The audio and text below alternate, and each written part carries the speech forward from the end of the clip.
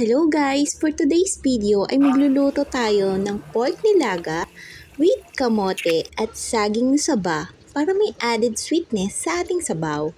Dagdagan pa natin ng patatas at maraming gulay gaya ng repolyo, bagyo beans, pechay bagyo at pechay mo.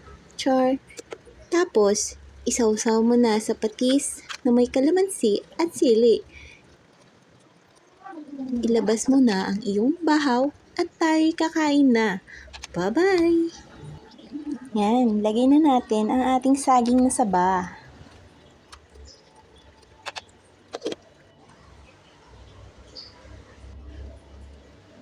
Yan, magdagdag na tayo ng asin, konti lang. Lagay na natin ang ating bagyo beans. Tapos repolyo.